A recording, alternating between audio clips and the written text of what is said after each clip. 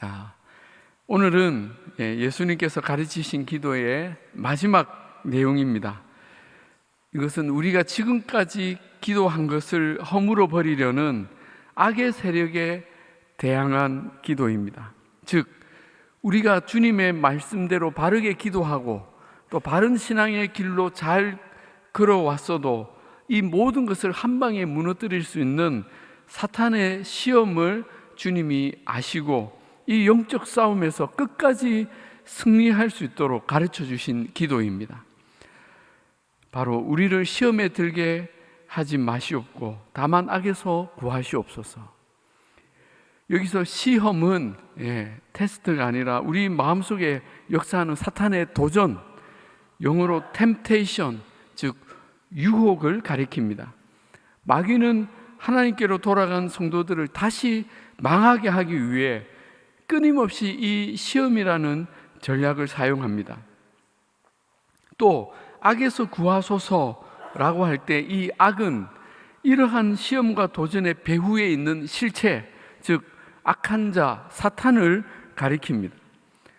베드로전서 5장 8절 9절에 근신하라 깨어라 너희 대적 마귀가 우는 사자같이 두루다니며 삼킬 자를 찾나니 너희는 믿음을 굳건하게 하여 그를 대적하라 말씀합니다. 우리가 예수 그리스도를 믿고 신앙생활을 하는 그 순간부터 우리는 어떤 형태이든 시험에 직면하고 영적 전투를 경험합니다. 왜냐하면 우리 대적 마귀가 우리가 은혜 받고 믿음이 잘 자라도록 그냥 내버려 두지 않기 때문이죠. 마귀의 최종 목적이 무엇입니까? 모든 사람을, 특히 하나님의 백성을 망하게 하는 것입니다. 혼자만 지옥 갈 수 없다는 거죠. 그러나 사탄의 이 영적 공격은 매우 교묘하고 위장된 형태로 다가오기 때문에 사람들이 이것이 시험인 줄을 잘 깨닫지 못하는 경우가 많습니다.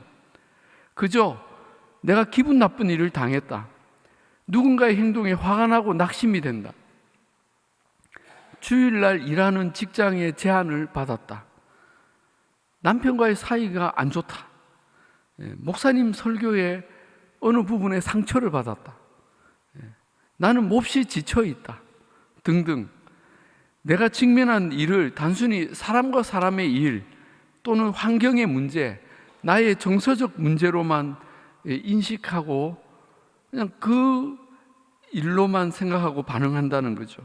그러나 이 일이 교묘히 위장된 마귀의 시험인지 아닌지는 그 일이 결국 내 신앙에 어떤 영향을 미치는지를 보면 알 수 있습니다. 만약 그 일로 내 신앙에 중대한 퇴보나 파괴가 있고 하나님과 멀어지고 말씀을 불신한다면 그것은 마귀의 유혹이며 시험에 든 가능성이 높습니다. 마귀는 우리를 넘어뜨리기 위해 매우 그럴듯한 상황과 또 내가 평소에 좋아하고 신뢰하는 사람을 통해 우리를 설득하며 때로는 위협하며 믿음과 다른 길로 가도록 유혹합니다. 그러나 여기서 우리가 조심해야 할 것은 나를 넘어뜨리고 공동체의 시험을 들게 하는 일에 도구로 사용되는 사람들이 있는데 그 사람이 마귀는 아니라는 것입니다.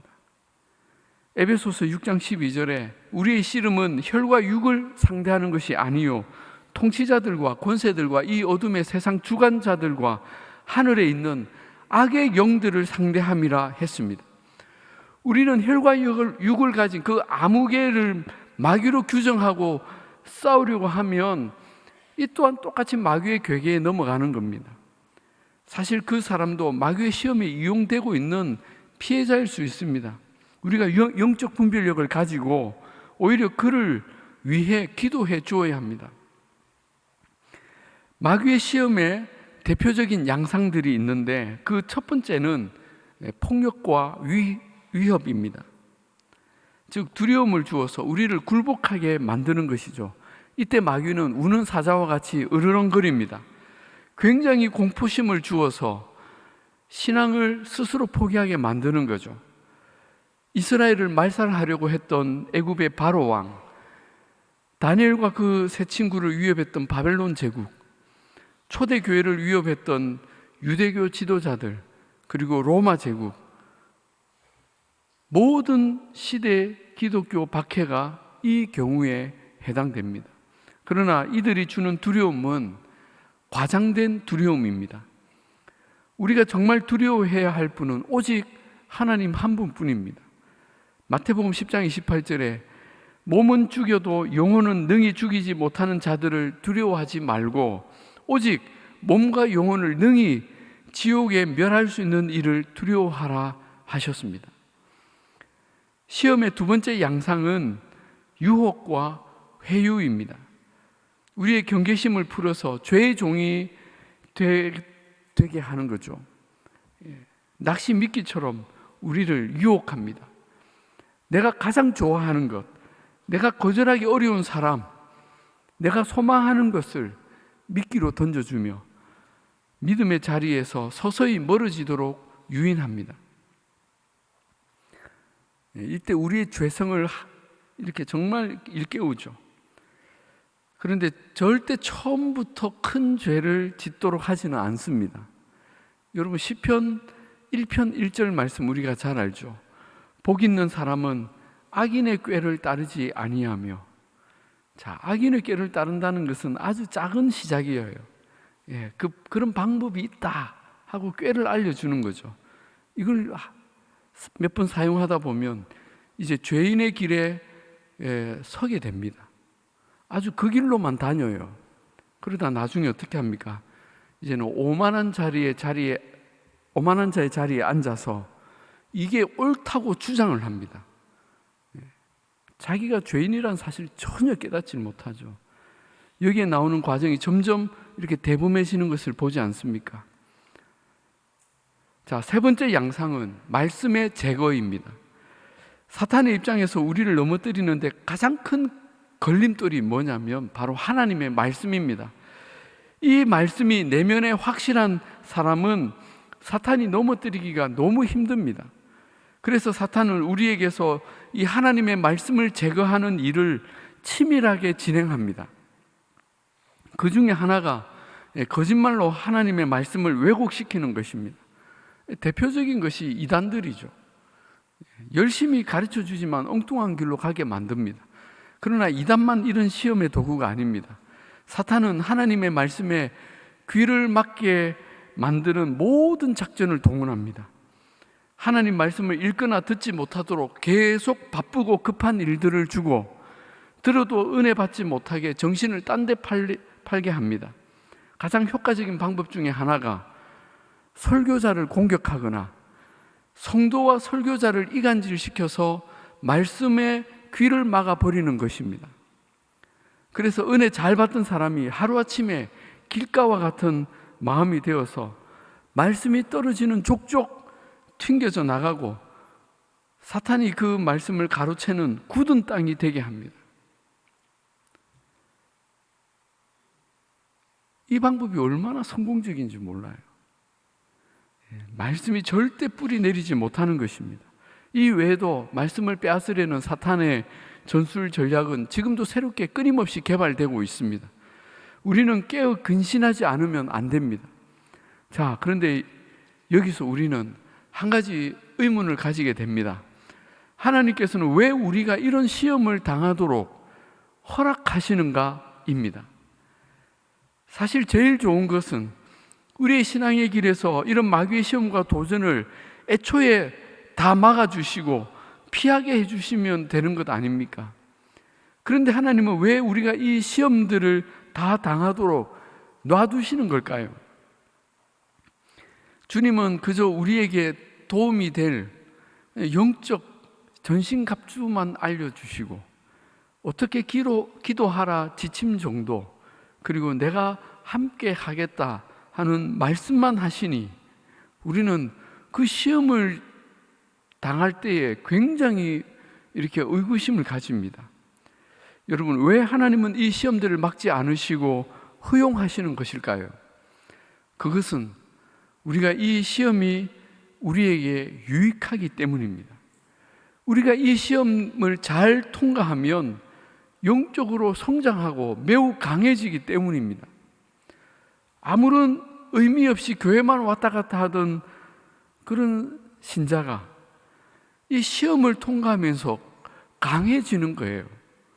처음에는 너무 힘들고 죽을 것 같은데 이 시험을 이겨내고 나니까 안 나가던 새벽 기도를 나가고 죄의 습관과 싸우고 말씀을 붙들고 씨름하면서 하나님만을 의지하는 것입니다. 이 방법밖에 없거든요. 그리고 이 시련의 불가마를 결국 통과합니다. 울면서 통과해요. 그런데 이 시련이 끝나고 난 뒤에 그의 믿음은 달라집니다. 정금같이 빛나는 거예요. 그는 하나님의 사랑이 얼마나 큰지 이제는 머리가 아니라 피부로 깨닫게 됩니다. 사람을 늘 의지하던 그 잔머리에서 하나님만 의지하는 진짜 신앙으로 나아갑니다. 그러므로 영적 시험은 우리를 자라게 하고 강하게 만듭니다. 그래서 야고보 사도는 내 형제들아 너희가 여러 가지 시험을 만나거든 온전히 기쁘게 여기라. 이는 너희 믿음의 시련이 인내를 만들어내는 줄 너희가 알미라 했습니다. 한편 우리에게는 이 사탄의 시험을 이기신 첫 승리자 예수님이 계십니다. 예수님은 오랫동안 하나님의 백성을 넘어뜨려 온 사탄의 시험에 확실한 승리의 본을 보여주셨습니다. 예수님은 공생애를 시작하실 때 광야에서 마귀에게 시험을 받으셨습니다. 마귀는 감히 하나님의 아들 그리스도께 세 가지 시험을 했습니다. 뭡니까? 돌로 떡을 만들어 먹으라. 또 성전 꼭대기에서 뛰어내려 보라. 천하를 다 줄 테니 나에게 한 번만 절하라. 그러면 네가 하나님의 아들인 줄 알겠다. 참 대범하죠.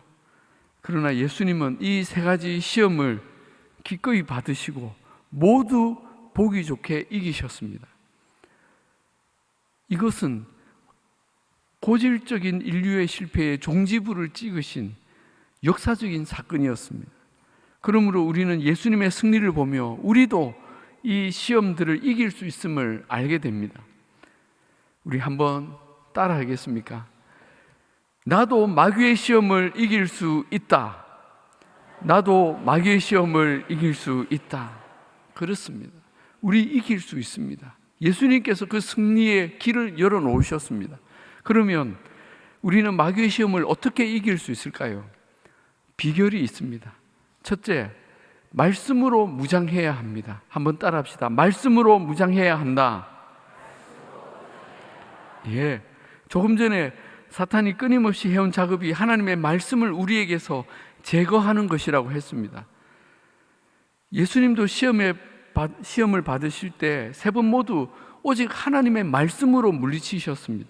그러므로 마귀의 시험을 이기는 가장 강력한 무기는 바로 하나님의 말씀이라는 것을 꼭 기억해야 합니다.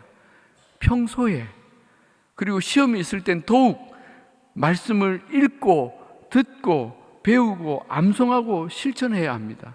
그럴 때 이 말씀은 우리를 붙드는 강력한 능력이 됩니다. 두 번째로 신앙의 좋은 동력자가 있어야 합니다. 한번 따라 합시다. 신앙의 좋은 동력자.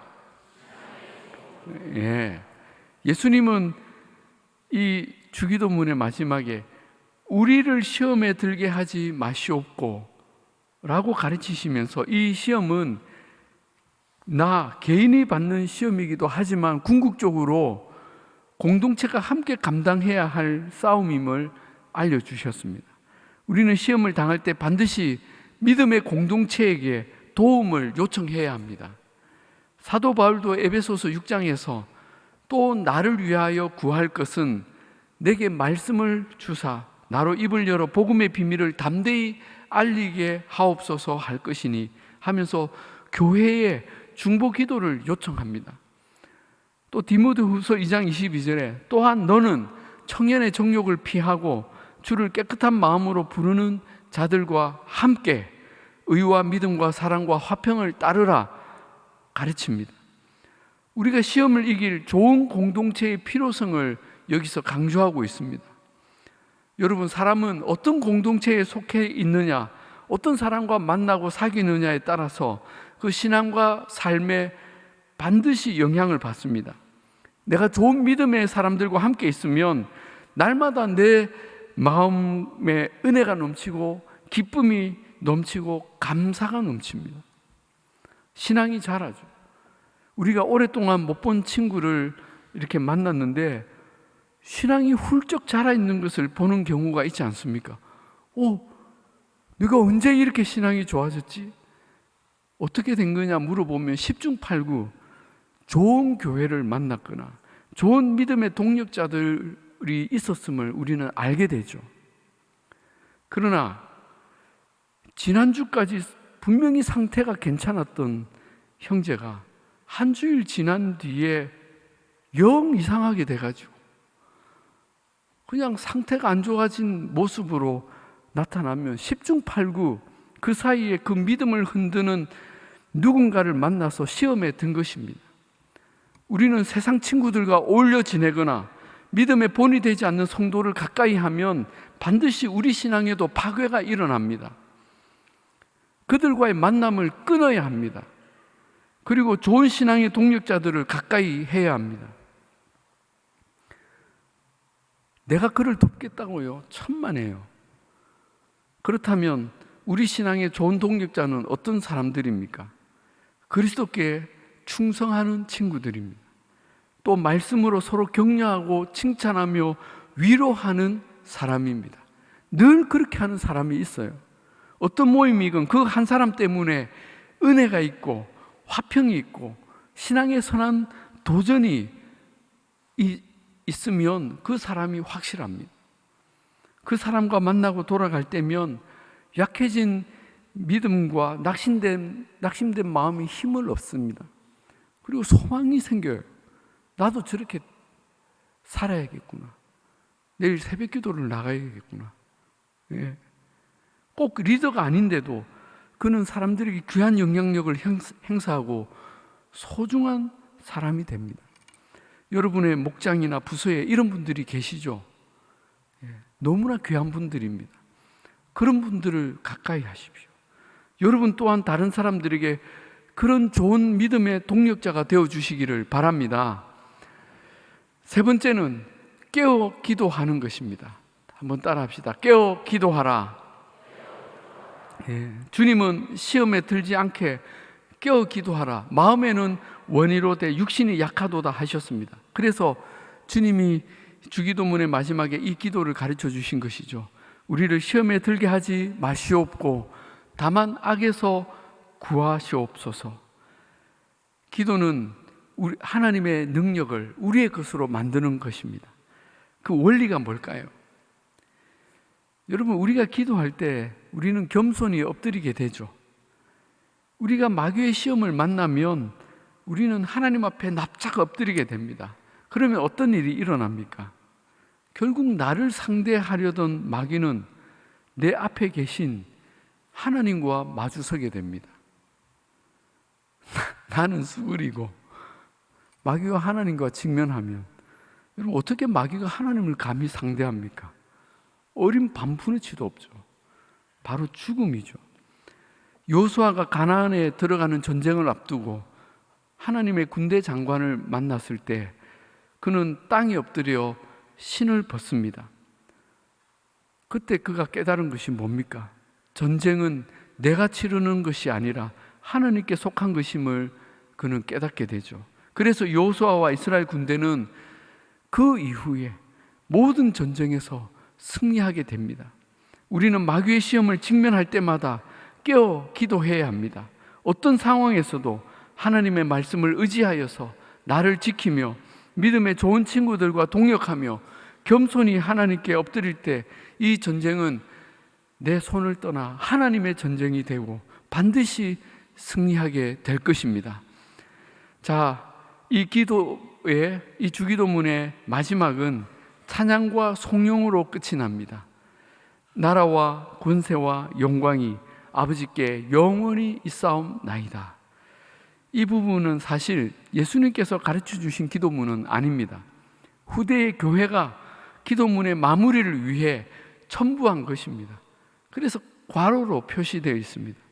그런데 이 마지막 성령은 주님이 가르쳐 주신 대로 기도한 우리가 그 응답을 확신하며 하나님께 감사와 찬양의 고백을 올려드리는 것이기에 매우 적절하다고 하겠습니다. 그렇습니다. 우리의 기도는 기쁨과 감사와 확신으로 끝을 맺어야 합니다. 왜냐하면 우리의 기도는 가장 좋은 기도이고 하나님이 기뻐 받으셨기 때문입니다. 할렐루야. 그래서 이 송영을 하는 것입니다. 이제 말씀을 맺겠습니다. 우리는 지난 한 주간 주님이 가르쳐 주신 기도를 함께 살펴보았습니다. 주님의 기도를 통해 우리는 어떻게 기도해야 하는지, 무엇을 기도해야 하는지, 그 기도의 바른 태도와 내용, 우선순위들, 그리고 그 기도에 담긴 놀라운 진리들을 함께 살폈습니다. 우리는 평생 기도하며 살아야 할 사람들입니다. 그렇다면 우리의 기도가 정말로 하나님이 기쁘시게 받으시고 우리의 내면과 삶에도 참으로 생명과 유익이 되는 응답을 받으려면 우리는 주님이 가르쳐 주신 대로 기도해야 합니다. 주기도문은 우리가 그대로 암송하여 그 기도에 사용할 수 있습니다. 또한 우리가 직면한 상황에 맞추어 우리 말로, 내 말로 고쳐서 사용할 수 있습니다. 그렇다면 각자 나의 주기도문을 만들어서 기도하시면 좋겠습니다.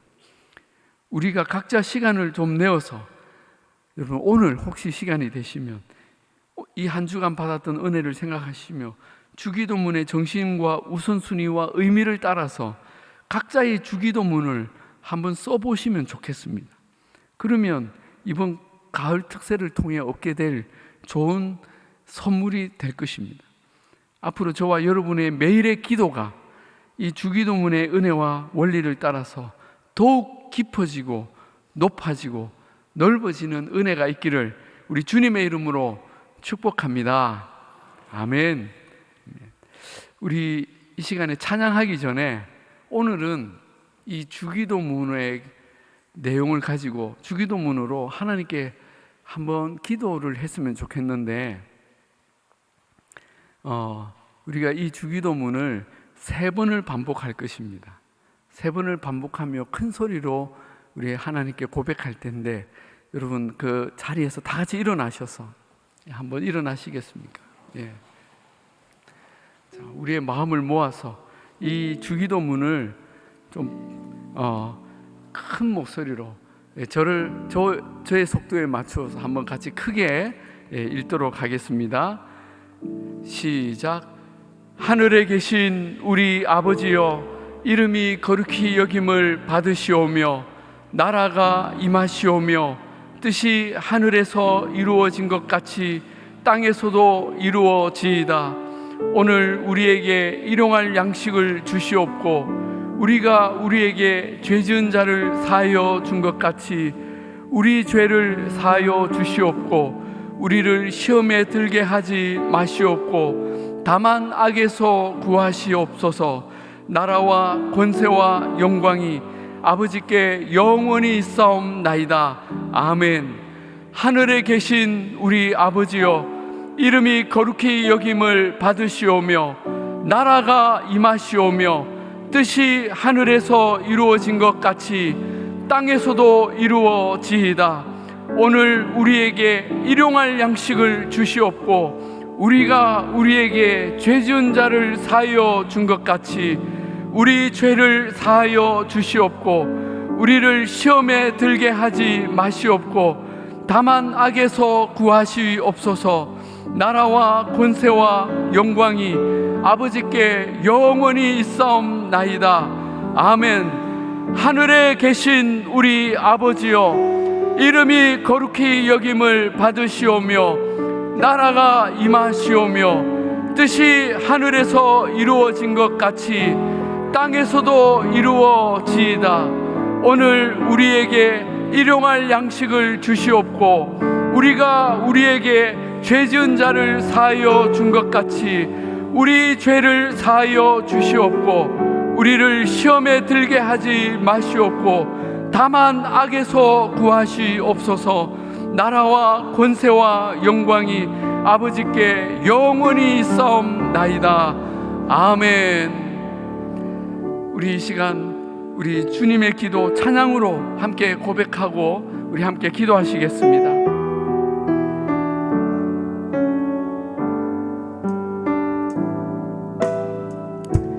하늘에 계신 우리 아버지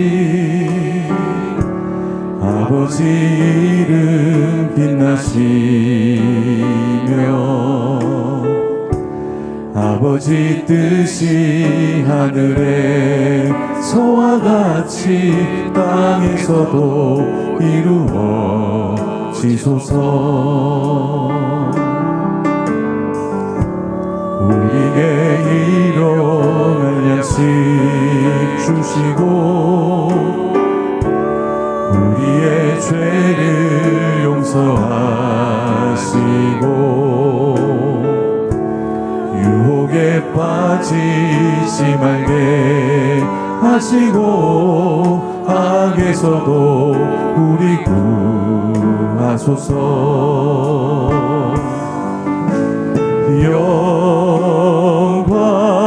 영광이며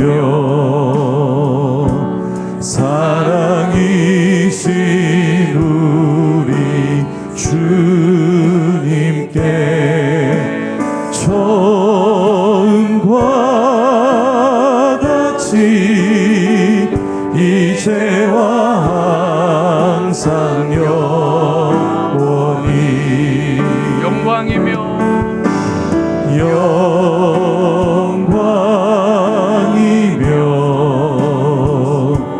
사랑이신 우리 주님께 처음과 같이 이제와 항상. 우리 한 주간 주신 주님의 은혜를 기억하시면서 우리 한 번 더 처음부터 고백하십시다. 하늘에 계신 우리 아버지 이름 빛나시며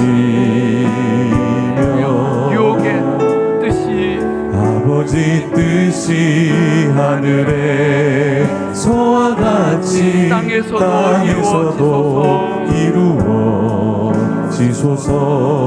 우리에게 일용할 양식 주시고 우리에게 일용할 양식 주시고 우리의 죄를 용서하시고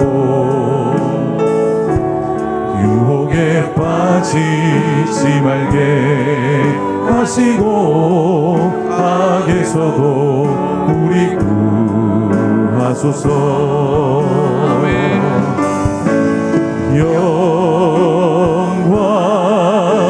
영광이며 사랑이신 우리 주님께 처음과 같이 이제와 항상 영원히 영광이며 사랑이신 영광이며 사랑이신 우리 주님께 처음과 같이 이제와 항상 영원히. 우리 하나님께 감사와 영광의 박수 올려드리겠습니다. 아멘, 아멘. 우리 그 자리에 앉으시고 제가 축도 먼저 하겠습니다. 이제는 우리 주 예수 그리스도의 은혜와 하나님 아버지의 무한하신 사랑과 성령님의 감화, 감동, 위로, 교통, 충만하심이 이 주기도문을 깨닫고 그 의미를 알며 날마다 이 기도로 주님 앞에 나아가는 기도의 사람 되기를 소원하는 이곳에 모인 주님의 모든 백성들 머리 위에 이제로부터 영원토록 함께 있을지어다. 아멘.